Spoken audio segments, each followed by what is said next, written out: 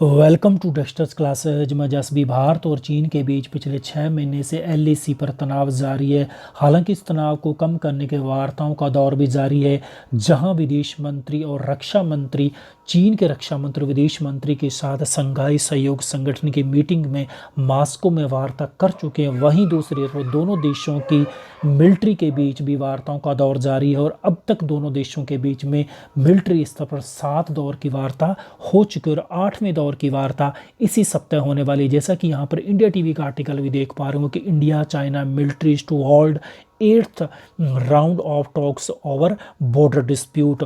तो फ्रेंड्स, आज की वीडियो हम बात करेंगे कि चीन जहां एक तरफ बॉर्डर के ऊपर पिछले लगातार 70 साल से आक्रामकता अपने, वहीं दूसरी तरफ भारत के साथ वार्ताओं का दिखावा भी करता रहे। तो आज के वीडियो में इसी विषय पर बात करेंगे, भारत को चीन की इस आक्रामकता को कैसे काउंटर करना चाहिए। तो बने रहेगा वीडियो में आगे बढ़ें उससे पहले निवेदन है कि यदि चैनल को सब्सक्राइब नहीं किया है तो चैनल को सब्सक्राइब कर लीजिएगा। अब हम देखते हैं कि भारत को किस प्रकार चाइना की इस आक्रामकता का काउंटर करना चाहिए, लेकिन उससे पहले हमें यह भी देखना होगा कि चीन की भारत के प्रति किस प्रकार की नीति है। तो देखिए, चीन की भारत के प्रति हमेशा कठोर शब्दों वाली रही है, यानी कि चीन लगातार भारत के प्रति एक कठोर शब्दों का प्रयोग करता रहा है, अशिष्ट शब्दों का प्रयोग करता रहा है। और जैसा कि आप आए दिन उनके मीडिया में देखते होंगे, ग्लोबल टाइम्स में छपे आर्टिकल में देख पाओगे, भारत के प्रति वो कठोरतम शब्दावली का प्रयोग करता है।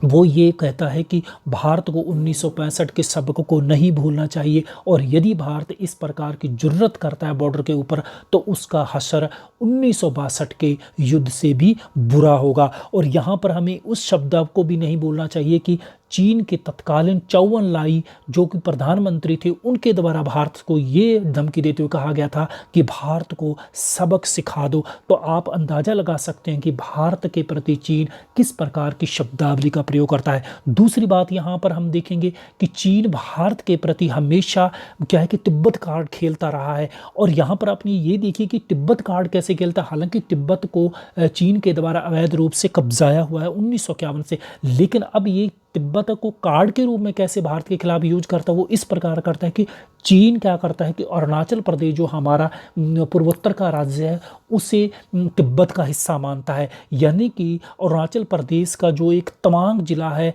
वहाँ पर वो ये कहता है कि 17वीं शताब्दी में तिब्बत के जो छठे गुरु थे, धर्मगुरु, वहाँ पर दलाई लामा और धर्मगुरु को बोला जाता है, तो छठे दलाई लामा का जन्म तवांग में हुआ था। इस आधार पर वो ये कहता है कि तिब्बत का यह हिस्सा है। तो इस प्रकार से वो भारत के खिलाफ आज तक वो खुल्लम खुल्ला अरुणाचल प्रदेश में दावा करते हुए तिब्बत कार्ड खेलता है। वो ये कहता है कि तिब्बत का ही यह अरुणाचल प्रदेश हिस्सा है, तो इसे वो एक दक्षिणी तिब्बत बोलता है। उसके अलावा यदि हम तीसरी बात कहें तो वो ये कहता है कि चीन भारत के प्रति हमेशा जुबानी जंग लड़ता है, भारत को बॉर्डर के ऊपर दबाव की स्थिति में रखता है और वह यह नीति अपनाता है कि भारत के साथ बिना युद्ध किए, बिना रक्तपात किए हुए भारत को इस प्रकार दबाव में बॉर्डर पर लाएं कि जिस आधार पर कि बिना जंग लिए ही भारत पर कब्जा किया जा सके। जैसे कि 1962 से पहले भारत के खिलाफ उसने एक शब्दावली जंग लड़ी, जुबानी जंग लड़ी और भारत को दबाव में रखा और फिर आगे चलकर 1962 में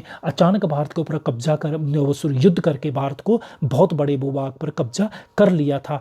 तो ये उसकी एक चिर परिचित नीति है। उसके अलावा एक बहुत ही उसकी पुरानी नीति है, वो ये है कि शियोपांग के जमाने से ही वो हाइड एंड बाइंड की नीति अपनाता है, यानी कि वो छुपकर मौके का इंतजार करो।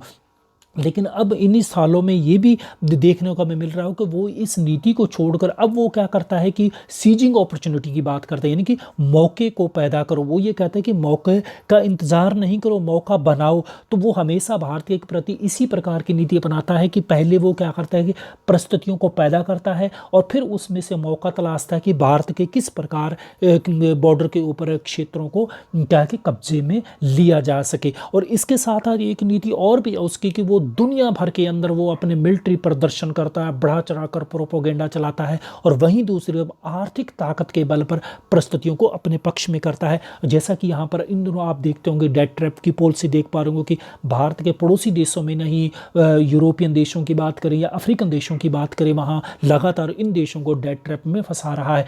हम यहाँ पर बात करेंगे भारत के प्रति नीति की, तो ये भारत के प्रति भी इसी प्रकार की नीति का यूज करते हैं। भारत का आज पड़ोसी देश है, चाहे बांग्लादेश की बात करें, नेपाल नेपाल की बात करें, पाकिस्तान की बात करें, म्यांमार की बात करें या फिर श्रीलंका की बात करें, इन देशों पर भारी भरकम कर्ज लादता है पहले और फिर उनको अपने फायदे के लिए भारत के खिलाफ यूज करता है। तो ये इसकी एक नीति है कि आर्थिक आधार पर किस प्रकार परिस्थितियों को अपने पक्ष में किया जाए। तो भारत को इसके प्रति भी काउंटर करना चाहिए। आगे हम देखेंगे इसके ऊपर भी। अगली बात हम बात कर रहे हैं कि अब भारत को फिर ऐसे में चीन की इस नीति को किस प्रकार काउंटर करना चाहिए, किस प्रकार भारत को चीन के प्रति अपनी विदेश नीति को अपनाना चाहिए। तो देखिए, भारत को चीन के प्रति विदेश नीति अपनाने से पहले ये भी बात ध्यान में रखनी चाहिए कि चीन भौगोलिक परिस्थितियों के आधार पर भारत का कभी भी पड़ोसी नहीं रहा, अर्थात तिब्बत को दबाकर वह भारत का पड़ोसी बना, यानी कि भारत का कभी भी चीन स्वाभाविक पड़ोसी नहीं रहा है। तो भारत को इस आधार पर अपनी नीति अपनानी चाहिए थी, लेकिन भारत कहीं ना कहीं इस नीति को भूल चुका था।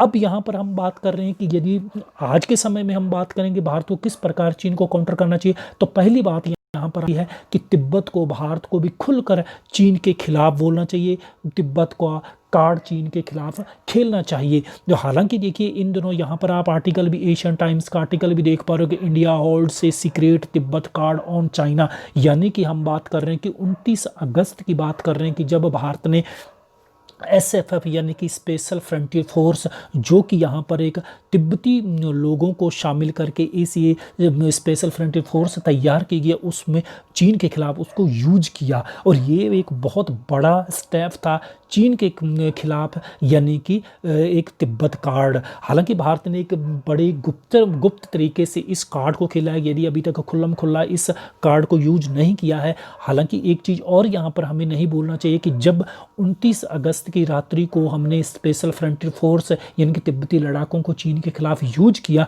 तो उस समय एक हम तिब्बती कमांडर था, वो मारा गया था, यानी कि शहीद हो गया था। उस शहीद होने के बाद भारत के द्वारा फ्यूनरल में राज के सम्मान के साथ उसे अंतिम संस्कार किया गया था। तो ये चीन के लिए एक स्पष्ट संकेत था। लेकिन अब वक्त आ चुका कि भारत को तिब्बत कार्ड को खुल्लम खिल्ला चीन के खिलाफ खेलना चाहिए।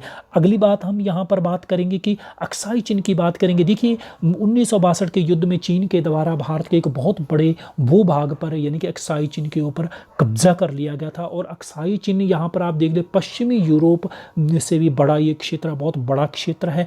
तो भारत को इसे भी एक मजबूती से इस मुद्दे को उठाना चाहिए। भारत को अंतर्राष्ट्रीय मंचों के ऊपर इस मुद्दे को उठाना चाहिए। जिस प्रकार लगातार चीन लद्दाख की बात करता है, लगातार पाकिस्तान का अंतर्राष्ट्रीय मंचों पर साथ देता, उसी प्रकार अब भारत को भी चीन का काउंटर करने के लिए अक्साई चीन के मुद्दे को बढ़ चढ़ कर उठाना चाहिए और चीन के ऊपर दबाव बनाना चाहिए कि उसे अक्साई चीन वापस कर देना चाहिए। हालांकि जिस प्रकार हम POK की बार बार अंतर्राष्ट्रीय मंचों पर बात करते हैं, हम खुल्लम खुल्ला बात करते हैं, वापस हथियाने की बात करते हैं, इसी प्रकार अक्साई चीन को भी लगातार हमें चर्चा में लाना होगा, जिस प्रकार इससे कि चीन को किसी न किसी तरीके से दबाव में लाया जा सके। इसके अलावा यदि हम बात करें कि फिर एक और नीति की हम बात कर रहे हैं कि हमेशा चीन भारत के प्रति आक्रामकता अपनाता है, हमेशा भारत को भड़काने की कोशिश करता है, लेकिन भारत क्या करता है, हमेशा चीन की इस आक्रामकता के आगे एक रक्षात्मक नीति अपनाता है, यानी कि जिसको हम बोलते हैं इंटरनेशनल पॉलिटिकल में कि कोल्ड पीस की हम बात करते हैं, यानी कि शांति बनाए रखने की बात करते हैं। लेकिन अब वक्त आ गया कि भारत को चीन की इस आक्रामकता का जवाब आक्रामकता के साथ देना चाहिए, यानी कि कोल्ड वॉर की नीति अपनानी चाहिए। अब भारत को कोल्ड पीस की नीति को चाइना के प्रति खिलाफ यानी कि छोड़ देना चाहिए। अगली बात यहाँ पर हम बात करते हैं परंपरागत नीति को भारत को अब चीन के प्रति बदलना होगा। यानी कि पहले अब तक क्या होता आया है कि 1962 की हम बात करें या फिर उससे पीछे चले जाइए 1949 से, जब से चीन वजूद में आया यानी कि चीनी गणराज्य बना है, तब से हम बात कर रहे हैं कि तब से भारत ने हमेशा चीन के प्रति एक सॉफ्ट नीति अपनाई है। और जब जब चीन ने आक्रामकता की नीति अपनाई या LAC पर दादागिरी दिखाई, तब भारत बहुत नपे तुले शब्दों में उसकी प्रतिक्रिया देता है, यानी कि ज़्यादा इसको तवज्जो नहीं देता, एक नॉर्मल बात कह के छोड़ देता है। वो ये कहता है कि LAC के ऊपर किसी प्रकार की मार्किंग नहीं है और ये इस प्रकार के स्वाभाविक घटनाएं होती रहती है। लेकिन अब भारत को इस आदत को बदलना होगा, भारत को बढ़ चढ़ के इसके ऊपर बोलना होगा। जब जब चीन आक्रामकता दिखाता है LAC पर, भारत को बढ़ चढ़ कर बोलना चाहिए, अंतर्राष्ट्रीय मंचों पर इसका जिक्र करना चाहिए, अंतर्राष्ट्रीय मंचों पर चीन के इस अग्रेशन को उठाना चाहिए। और हालांकि देखिए 1959 की हम बात करें कि जब चीन ने पहली बार क्लेम किया था एलएसी पर, तब भी हमने इसको हल्के में लिया और जिसका परिणाम ये मिला कि 1962 में इसका हमें दंश देखने मिला कि चीन ने हमारे ऊपर हमला किया। इस प्रकार अब भारत को हमें खुल्लम खुल्ला अब चीन की प्रतिक्रिया का जवाब देना होगा। अगली बात हम यहाँ पर बात करेंगे, इन दिनों भी जब हम बात कर रहे हैं कि 8वें दौर की वार्ता होने जा रही है और भारत बार बार ये कहता है कि हमें स्टेटस को बनाना चाहिए, चाइना को स्टेटस को बनाना चाहिए, यानी कि अप्रैल वाली सिचुएशन पे जाना चाहिए। लेकिन अब भारत को स्टेटस को की स्थिति को भी बदल देना चाहिए, यानी कि स्टेटस को की यानी कि यथा स्थिति की हम बात यहाँ कर रहे हैं, तो उसके स्थान पर अब भारत को फॉरवर्ड पॉलिसी अपनानी चाहिए। यानी कि अगर चीन हमारे एलएसी के अंदर 2 किलोमीटर आता है तो हमें 4 किलोमीटर अंदर जाना चाहिए। चाइना यदि 10 किलोमीटर आता है तो हमें 20 किलोमीटर अंदर जाना चाहिए, यानी कि फॉरवर्ड पॉलिसी अपनानी चाहिए, आक्रामकता के साथ अपनानी चाहिए। फिर ही चाइना को सबक मिलेगा कि पड़ोसी देशों के साथ किस प्रकार से रहना है।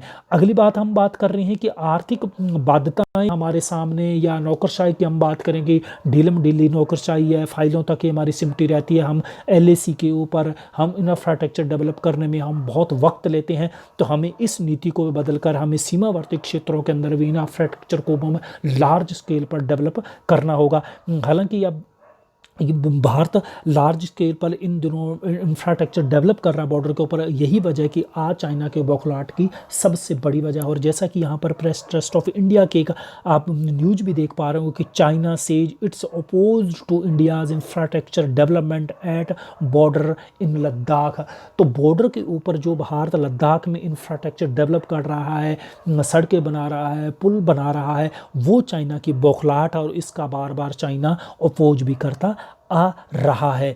इसके अलावा हम बात करें कि इंफ्रास्ट्रक्चर की हमने बात कर ही रही कि चाइना को काउंटर करने के लिए इंफ्रास्ट्रक्चर को डेवलप करना होगा। और इसके लिए यहाँ पर आप देख पा रहे हो एमिड Ladakh stand of Rajnath Singh inaugurate 44 bridge says will be facilitated military transport. तो इसका मतलब ये है कि ये जो 40 पुलों का निर्माण किया जा रहा है एलएसी के ऊपर, इसका मतलब ये है कि आने वाले समय में किस प्रकार से मिलिट्री की मूवमेंट को आसान बनाया जाए, फैसिलिटेट किया जाए। और यदि बॉर्डर के एलएसी पर किसी प्रकार की इंसर्जेंसी होती है तो हम कुछ ही पलों में हम बॉर्डर के ऊपर अपनी सेना को तैनात कर सकें। तो इसलिए ही इस प्रकार का इंफ्रास्ट्रक्चर अब लार्ज स्केल पर डेवलप किया जा रहा है। इसके अलावा हमें चाइना के खिलाफ जुबानी जंग भी और तेज करनी होगी, मीडिया के अंदर और ज़्यादा आक्रामकता अपनानी होगी, ताकि चाइना की इस आक्रामकता को, जुबानी आक्रामकता को भी काउंटर किया जा सके। तो ये था फ्रेंड्स हमारा आज का वीडियो। उम्मीद है वीडियो पसंद है तो पसंद है लाइक कीजिएगा, शेयर कीजिए और चैनल को सब्सक्राइब नहीं किया तो चैनल को सब्सक्राइब कर लीजिए। मिलता हूँ इसी प्रकार वीडियो के साथ। वीडियो सुनने के लिए आपका बहुत बहुत धन्यवाद।